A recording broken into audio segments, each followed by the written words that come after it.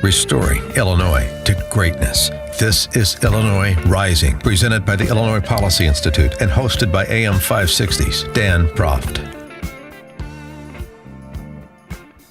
Dan Proft back with Pat Hughes, co-founder of the Illinois Opportunity Project. And Pat, we were talking about the Democrat candidates for governor, including Dan Biss. And I got off on a bit of mice and men comparison with Biss. I think it was the neck that was the real low point. Well, here's the thing.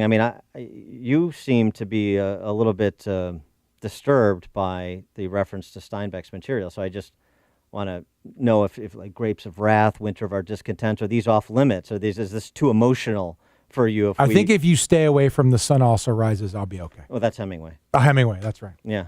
So I'll stay away from that. So stay away from that one because it's Hemingway. Okay, so we have to stay away from Steinbeck and Hemingway. Right, correct. And there are other great American authors that you should stay away from as well. Right, you just don't know who they are. Correct. Or their work. I remember I took junior honors English and I read The Sun Also Rises and Of Mice and Men, and that's why I confused it. Well, speaking of Daniel Biss, he, along with Chris Welch, has he stopped beating his ex-girlfriend yet? I'm not sure. I don't think he has. I don't know. I'd have to check with the local police Why would he stop?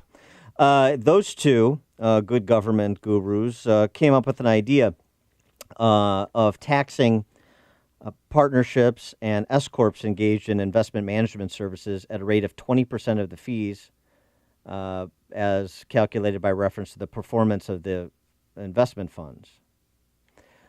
So it's a great idea. I just want to understand something. So not only do you want me on the hook for the promises you made to public sector pensioners that you can't finance and you knew you would never be able to finance, and you short funded and you played all kinds of...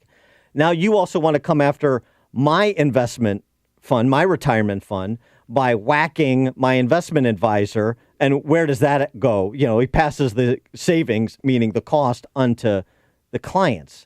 So, I'll tell you, they're always coming up with new and exciting ways to extract money from people in the private sector who, oh, by the way, are undergoing a little bit of crisis, those that are staying here, as much as those in the public sector want to talk about, their problems in Illinois. This is the standard Democrat political playbook, Dan, right?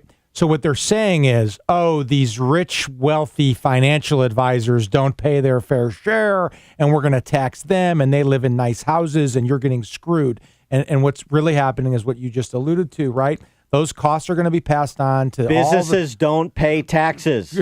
Is there anybody who doesn't understand this? They don't. Other than, they understand it. They just don't care. Businesses do not pay taxes.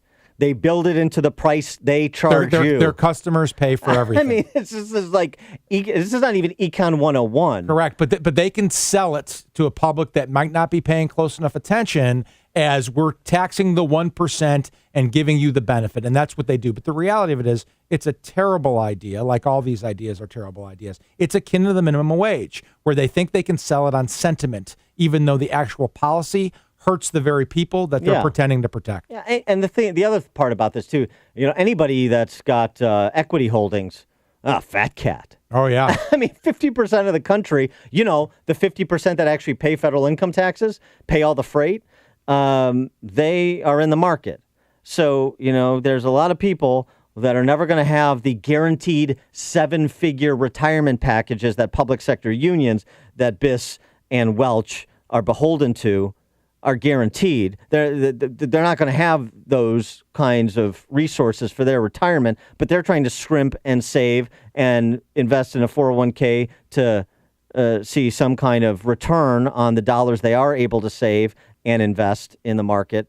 And then these vultures come after that too. Yeah, Dan, and plus it's even a larger economic issue than just those people, although you're absolutely right that there's so many people invested in their small 401k or retirement plan that they have at work or whatever. It's a larger economic issue too, because growth is financed by these funds. The growth is financed by these funds. This is where capitalists get their money. This is how you do real estate development. This is how you build businesses, right? With this money, equity partnering with debt through the banking system. And so when you start taxing that equity at higher and higher rates, this is why the capital gains tax should be low, right? When you start doing that, it decreases investment, economic expansion does not occur, and you're left in Illinois, I guess, is where you're left.